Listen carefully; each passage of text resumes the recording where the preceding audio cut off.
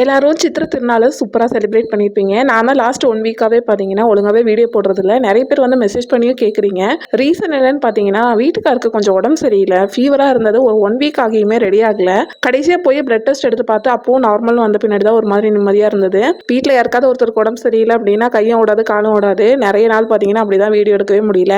Last ஒரு சாட்டர்டேக்கு அப்புறம் தான் பார்த்தீங்கன்னா இப்போ கொஞ்சம் நல்லா இருக்காரு. இப்போ வந்து ஒர்க்குக்கும் போக ஆரம்பிச்சிருக்காரு. ஒரு 10 டேஸாக பார்த்தீங்கன்னா லீவ் போடுற அளவுக்கு பார்த்தீங்கன்னா ஃபீவர் இருந்தது.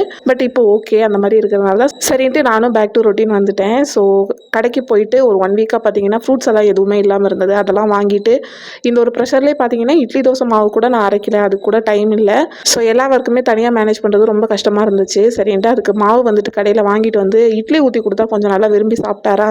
அது கூட வந்துட்டு இந்த மாதிரி கொத்தமல்லி சட்னி கார சட்னி அப்படின்னு சொல்லிட்டு அதுங்களும் வச்சு கொடுத்துட்டு லாஸ்ட் ஒரு 10 டேஸாக பார்த்தீங்கன்னா ரொட்டீன் இப்போ தான் போச்சு. மறுபடியும் இப்போ நார்மலுக்கு வந்திருக்கு. நீங்கள் எல்லாருமே எப்படி இருக்கீங்க அப்படின்னு மறக்காம கமெண்ட்ல சொல்லுங்கள்.